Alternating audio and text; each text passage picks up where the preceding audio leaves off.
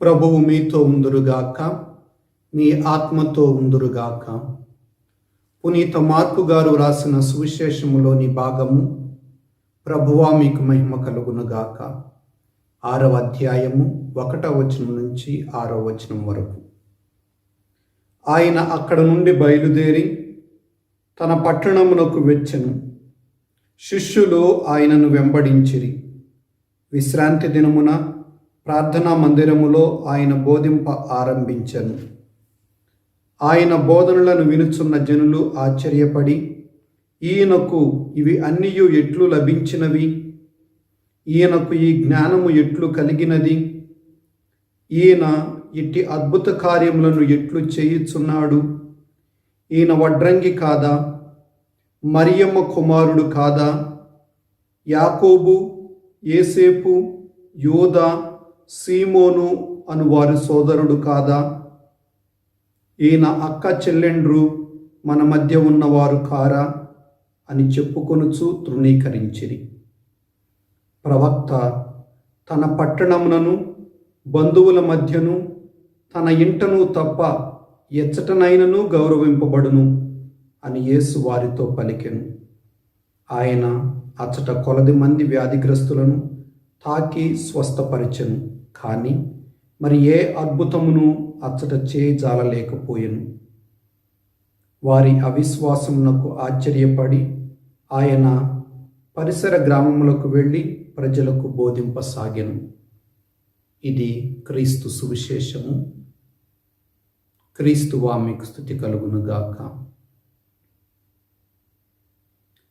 క్రీస్తునాథుని యందు ప్రియ సహోదరి సహోదరులారా, ఈనాడు మనం 14వ సామాన్య ఆదివారాన్ని కొనియాడుతూ ఉన్నాం. ఈనాటి సువిశేష పట్టణాన్ని కొద్దిసేపు ధ్యానించుకుందాం. ఈనాటి పట్టణంలో క్రీస్తు ప్రభు దేవాలయంలో ప్రవేశించి అచ్చట ఉన్నటువంటి ప్రజలకు బోధిస్తూ ఉండగా ఆయన బోధనలను ఆలకించుచున్నటువంటి ప్రజలు ఆశ్చర్యపడి, ఈయనకు ఈ జ్ఞానము ఎక్కడి నుంచి వచ్చినది అని ప్రశ్నించారు. కొన్నిసార్లు మనకి కూడా ఇదే ప్రశ్న తలెత్తవచ్చు. ఎక్కడి నుంచి ప్రభు ఈ జ్ఞానము పొంది ఉన్నారు? క్రీస్తు ప్రభు దేవుని యొక్క కుమారుడు. దేవుని యొక్క కుమారుడిగా తాను అప్పజెప్పినటువంటి పనిని, తండ్రి దేవుడు తనకి వసిగినటువంటి కార్యాలను ఈ లోకములో నెరవేరుస్తూ ఉన్నారు. యోహాను సువార్త 5వ అధ్యాయం 19వ వచనములో మనం చూస్తూ ఉన్నాం. తండ్రి ఏమి చేయుట కుమారుడు చూచునో దానినే కాని తనంతట తాను ఏమీ చేయజాలడు. తండ్రి ఏమి చేయుట చూచునో కుమారుడు అదే విధంగా చేయును అని ప్రభు సెలవిస్తూ ఉన్నారు. దేవుడు పాత నిబంధన గ్రంథములో ఏ గొప్ప కార్యాలు చేశారో, ఇజ్రాయేలు ప్రజలకు తన యొక్క ప్రేమను ఏ విధంగా బోధించారో అదే విధంగా క్రీస్తు ప్రభు కూడా చేస్తూ ఉన్నారు, బోధిస్తూ ఉన్నారు. ఈ జ్ఞానము, ఇంతటి జ్ఞానము ఈయనకు ఎక్కడి నుంచి లభించింది అని ప్రశ్నించినటువంటి ప్రశ్నకు సమాధానం ఈనాటి మొదటి పట్టణం, 2వ పట్టణం. మొదటి పట్టణంలో మనం చూస్తూ ఉన్నాం, ఎజికియేలు ప్రవక్త ఒక వాణిని వింటూ ఉన్నాడు. ఆ వాణి అతనితో నీవు లేచి నిలబడు అని మాట్లాడుచుండగానే దేవుని యొక్క ఆత్మ ఎజికియేలు ప్రవక్తలో ప్రవేశించింది.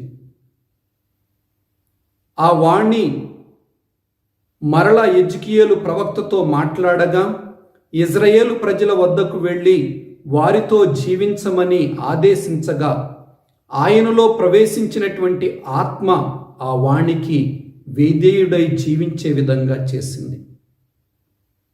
అదేవిధంగా ఈనాటి 2వ పట్టణంలో మనం చూస్తూ ఉన్నాం.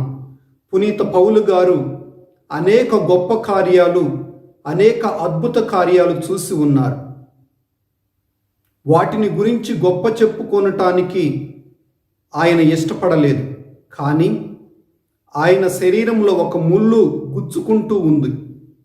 ఆ యొక్క ముళ్ళును తన నుంచి తీసివేయమని దేవుణ్ణి 3 పర్యాయములు ప్రార్థించినప్పటికీ కూడా నా కృప నీకు చాలును,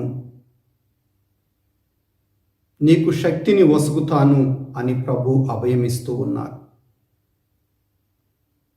పునీత పౌలు గారు కూడా సెలవిస్తూ ఉన్నారు, క్రీస్తు కొరకై నేను బాధలు, కష్టాలు, హింసలు అనుభవించటానికి నేను సిద్ధంగా ఉన్నాను అని.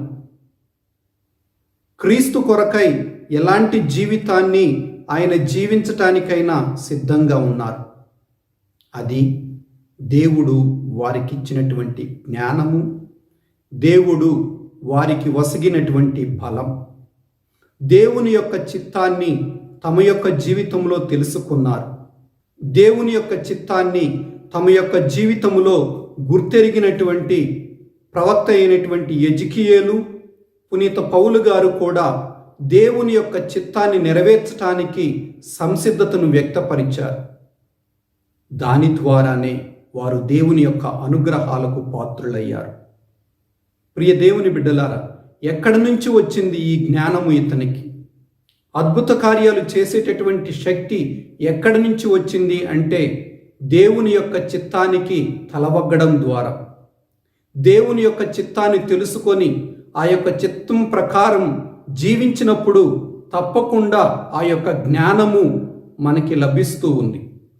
అద్భుత కార్యాలు చేసేటటువంటి శక్తి ఆ దేవుడే మనకు ప్రసాదిస్తారు.